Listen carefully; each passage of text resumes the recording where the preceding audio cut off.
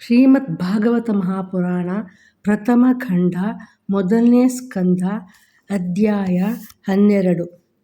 ಪರೀಕ್ಷಿತ್ ರಾಜನ ಜನನ. ಶೌನಕರು ಕೇಳುತ್ತಿದ್ದಾರೆ. ಸೂತ ಪುರಾಣಿಕರೇ, ಅಶ್ವತ್ಥಾಮನು ಪ್ರಯೋಗಿಸಿದ ಪರಮ ತೇಜಸ್ವಿ ಬ್ರಹ್ಮ ಶಿರೋಸ್ತ್ರದಿಂದ ಉತ್ತರೆಯ ಗರ್ಭವನ್ನು ನಾಶಪಡಿಸಿದ್ದನು.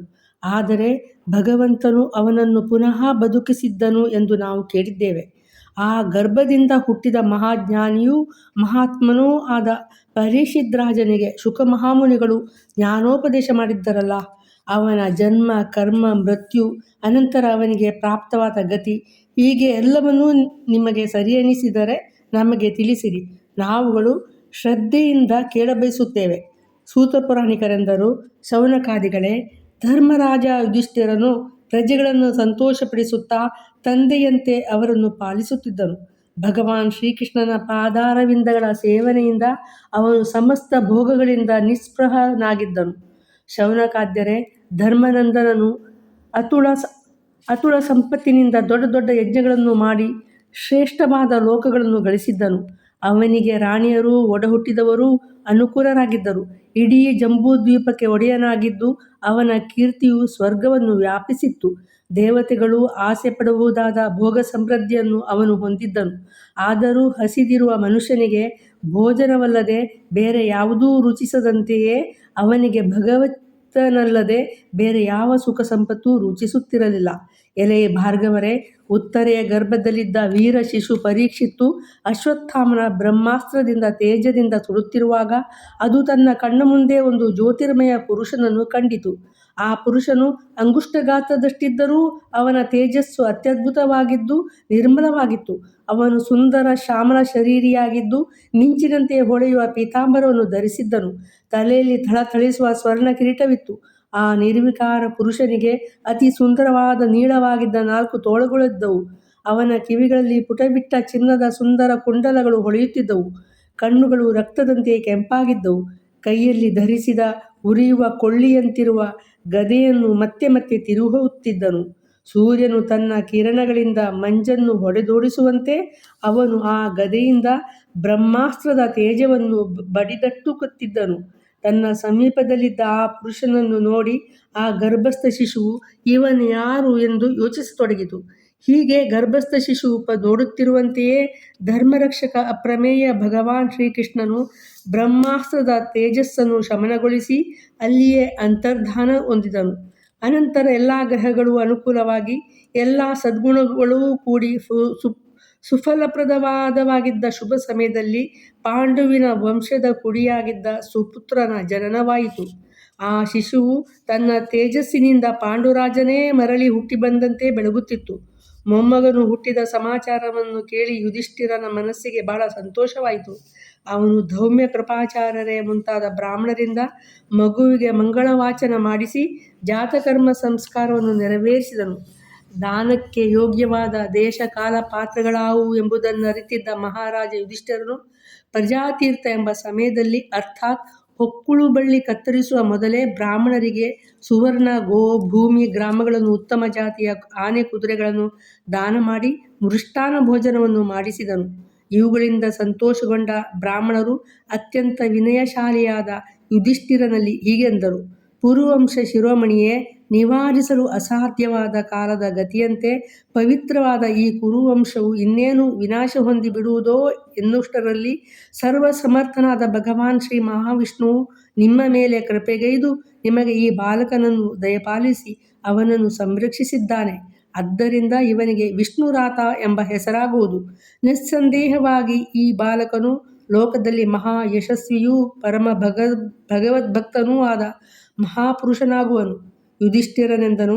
ಪೂಜ್ಯರೇ, ಈ ಬಾಲಕನು ತನ್ನ ಉಜ್ವಲವಾದ ಕೀರ್ತಿಯಿಂದ ನಮ್ಮ ವಂಶದ ಪುಣ್ಯಶ್ಲೋಕರಾದ ಮಹಾತ್ಮರಾದ ರಾಜರ್ಷಿಗಳನ್ನು ಅನುಸರಿಸುತ್ತಾನಷ್ಟೇ ಎಂದು ಕೇಳಿದನು.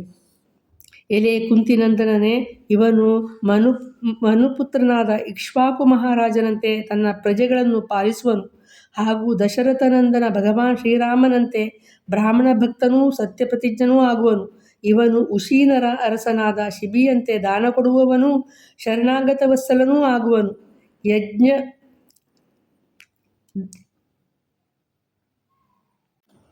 ಯಜ್ಞಗಳನ್ನು ಆಚರಿಸುವವರಲ್ಲಿ ದುಷ್ಯಂತ ಪುತ್ರ ಭರತರಂತೆ ಆಗಿ ತನ್ನ ವಂಶದ ಕೀರ್ತಿಯನ್ನು ಹರಡುವನು. ಧನುರ್ಧಾರಿಗಳಲ್ಲಿ ಕಾರ್ತವೀರ್ಯಾರ್ಜುನನಿಗೂ ತನ್ನ ತಾತನಾದ ಅರ್ಜುನನಿಗೂ ಸಮಾನವಾಗಿ ಅಗ್ರಗಣ್ಯನಾಗುವನು. ಅಗ್ನಿಯಂತೆ ಎದುರಿಸಲು ಅಶಕ್ಯವಾದ ಪ್ರತಾಪವುಳ್ಳವನು, ಸಮುದ್ರದಂತೆ ಅತಿಕ್ರಮಿಸಲು ಅಸಾಧ್ಯನೂ ಆಗುವನು. ಸಿಂಹದಂತೆ ಮಹಾಪರಾಕ್ರಮಿಯೂ, ಹಿಮಾಲಯದಂತೆ ಸರ್ವರಿಗೂ ಆಶ್ರಯನೂ, ಪೃಥ್ವಿಯಂತೆ ಕ್ಷಮಾಗುಣಶಾಲಿಯೂ, ಪ್ರಜೆಗಳ ವಿಷಯದಲ್ಲಿ ತಂದೆ ತಾಯಿಯರಂತೆ ಸಹನಶೀಲನೂ ಆಗುವನು. ಇವನು ಸಮಭಾವದಲ್ಲಿ ಬ್ರಹ್ಮದೇವರಿಗೂ, ಅನುಗ್ರಹ ಮಾಡುವುದರಲ್ಲಿ ಈಶ್ವರನಿಗೂ, ಸರ್ವ ಪ್ರಾಣಿಗಳನ್ನು ಆಸರೆಯನ್ನಿತ್ತು ರಕ್ಷಿಸುವುದರಲ್ಲಿ ಲಕ್ಷ್ಮೀಪತಿಗೂ ಸಮಾನನಾಗುವನು. ಸಮಸ್ತ ಶ್ರೇಷ್ಠ ಗುಣಗಳ ಮಹಾತ್ಮ್ಯವನ್ನು ಹೊಂದಿರುವ ವಿಷಯದಲ್ಲಿ ಶ್ರೀಕೃಷ್ಣ ಪರಮಾತ್ಮನನ್ನು ಅನುಸರಿಸುವನು. ರಂತಿದೇವನಂತೆ ಉದಾರನೂ, ಯಯಾತಿಯಂತೆ ಧಾರ್ಮಿಕನೂ ಆಗುವನು. ಧೈರ್ಯದಲ್ಲಿ ಬಲಚಕ್ರವರ್ತಿಯಂತೆಯೂ, ಭಗವಾನ್ ಶ್ರೀಕೃಷ್ಣನ ಭಕ್ತಿಯ ನಿಷ್ಠೆಯಲ್ಲಿ ಪ್ರಹ್ಲಾದನಂತೆಯೂ ಆಗುವನು. ಇವನು ಅನೇಕ ಅಶ್ವಮೇಧ ಯಜ್ಞಗಳನ್ನು ಮಾಡುವನು. ಗುರು ಹಿರಿಯರ ಸೇವೆಯನ್ನು ನಿಷ್ಠೆಯಿಂದ ಮಾಡುವನು. ಇವನ ವಂಶದಲ್ಲಿ ರಾಜರ್ಷಿಗಳು ಜನಿಸುವರು. ಮರ್ಯಾದೆ ಮೀರಿ ನಡೆಯುವವರನ್ನು ಈತನು ದಂಡಿಸುವನು. ಭೂಮಿಯಲ್ಲಿ ಧರ್ಮವನ್ನು ಸ್ಥಾಪಿಸಲಿಕ್ಕಾಗಿ ಕಲಿಯುಗವನ್ನು ನಿಗ್ರಹಿಸುವನು. ಕೊನೆಗೆ ಬ್ರಾಹ್ಮಣ ಪುತ್ರನ ಶಾಪದಿಂದ ತನಗೆ ತಕ್ಷಕನಿಂದ ಸಾವು ಒದಗುವುದೆಂಬುದನ್ನು ತಿಳಿದು ಸರ್ವ ಸಂಘ ಪರಿತ್ಯಾಗ ಮಾಡಿ ಶ್ರೀಹರಿಗೆ ಶರಣಾಗುವನು. ಕೊನೆಗೆ ವ್ಯಾಸಪುತ್ರರಾದ ಶುಕಮಹಾಮುನಿಗಳಿಂದ ಆತ್ಮಸ್ವರೂಪದ ಯಥಾರ್ಥ ಜ್ಞಾನವನ್ನು ಪಡೆದು ಗಂಗಾ ತೀರದಲ್ಲಿ ದೇಹತ್ಯಾಗ ಮಾಡಿ ನಿಶ್ಚಯವಾಗಿಯೂ ಅಭಯ ಪದವನ್ನು ಅರ್ಥಾತ್ ಭಗವದ್ಧಾಮವನ್ನು ಪಡೆಯುವನು. ಜ್ಯೋತಿಷ್ಶಾಸ್ತ್ರದಲ್ಲಿ ಪ್ರವೀಣರಾದ ಬ್ರಾಹ್ಮಣರು ಧರ್ಮರಾಜನಿಗೆ ಆ ಬಾಲಕನ ಭವಿಷ್ಯವನ್ನು ತಿಳಿಸಿ ಯಥೋಚಿತ ಸಂಭಾವನೆಯನ್ನು ಪಡೆದು ತಮ್ಮ ತಮ್ಮ ಮನೆಗಳಿಗೆ ತೆರಳಿದರು. ಆ ರಾಜಕುಮಾರನೇ ಮುಂದೆ ಪರೀಕ್ಷಿತ ಎಂಬ ಹೆಸರಿನಿಂದ ವಿಖ್ಯಾತನಾದನು. ತಾನು ತಾಯಿಯ ಗರ್ಭದಲ್ಲಿದ್ದಾಗ ಸಂದರ್ಶಿಸಿದ್ದ ಪರಮ ಪುರುಷನನ್ನೇ ಸ್ಮರಿಸುತ್ತಾ ಅವನು ಯಾರಾಗಿರಬಹುದು, ಎಲ್ಲಿರಬಹುದು ಎಂದು ಪರೀಕ್ಷಿಸುತ್ತಿದ್ದುದರಿಂದ ಅವನಿಗೆ ಆ ಹೆಸರು ಅನ್ವರ್ಥಕವಾಯಿತು. ಆ ರಾಜಕುಮಾರನು ತನ್ನ ಗುರು ಹಿರಿಯರಿಂದ ಪೋಷಿಸಲ್ಪಡುತ್ತಾ ಶುಕ್ಲಪಕ್ಷದ ತನ್ನ ಕಲೆಗಳಿಂದ ವೃದ್ಧಿಸುವ ಚಂದ್ರನಂತೆ ಶೀಘ್ರದಲ್ಲೇ ಬೆಳೆದು ದೊಡ್ಡವನಾದರು. ಆಗಲೇ ರಾಜ ಯುಧಿಷ್ಠಿರನಿಗೆ ಸ್ವಜನ ಸಂಹಾರದ ಪ್ರಾಯಶ್ಚಿತವಾಗಿ ಅಶ್ವಮೇಧವನ್ನು ಮಾಡುವ ಮನಸ್ಸಾಯಿತು. ಆದರೆ ಅದಕ್ಕಾಗಿ ಪ್ರಜೆಗಳಿಂದ ಕಂದಾಯ ಮತ್ತು ದಂಡಗಳ ರೂಪದಲ್ಲಿ ದೊರೆಯುತ್ತಿದ್ದ ಧನವನ್ನು ಬಿಟ್ಟು ಬೇರಾವ ಧನವೂ ಇಲ್ಲದಿರುವುದರಿಂದ ಅವನು ಚಿಂತಾಕ್ರಾಂತನಾದನು. ಆಗ ಅವನ ಅಭಿಪ್ರಾಯವನ್ನರಿತ ಭಗವಾನ್ ಶ್ರೀಕೃಷ್ಣನ ಪ್ರೇರಣೆಯಂತೆ ಅವನ ಸೋದರರು ಉತ್ತರ ದಿಕ್ಕಿಗೆ ಹೋಗಿ ಮರುತ್ತರಾಜನೂ ಬ್ರಾಹ್ಮಣರು ಹಿಂದೆ ಬಿಟ್ಟು ಹೋದ ಹೇರಳವಾದ ಧನವನ್ನು ತಂದರು.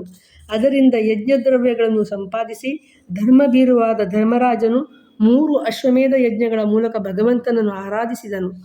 ಯುಧಿಷ್ಠಿರನ ಆಹ್ವಾನದಂತೆ ಅಲ್ಲಿಗೆ ದಯಮಾಡಿಸಿದ ಭಗವಂತನು ಬ್ರಾಹ್ಮಣರ ಮೂಲಕ ಅವನ ಯಜ್ಞವನ್ನು ಸಾಂಗವಾಗಿ ನಡೆಯಿಸಿ ಸುಹೃದರಾದ ಪಾಂಡವರ ಸಂತೋಷಕ್ಕಾಗಿ ಕೆಲವು ತಿಂಗಳು ಅಲ್ಲೇ ಉಳಿದನು. ಶೌನಕರೇ, ಅನಂತರ ಬಂಧು ಸಹಿತ ಧರ್ಮರಾಜನ ಮತ್ತು ದ್ರೌಪದಿಯ ಅನುಮತಿಯನ್ನು ಪಡೆದು ಅರ್ಜುನನೊಂದಿಗೆ ಯಾದವರಿಂದ ಸುತ್ತುವರಿಯಲ್ಪಟ್ಟು ಭಗವಾನ್ ಶ್ರೀಕೃಷ್ಣನು ದ್ವಾರಕೆಯ ಕುರಿತು ಪ್ರಯಾಣ ಬೆಳೆಸಿದನು. ಇಲ್ಲಿಗೆ 12ನೇ ಅಧ್ಯಾಯವು ಮುಗಿಯಿತು.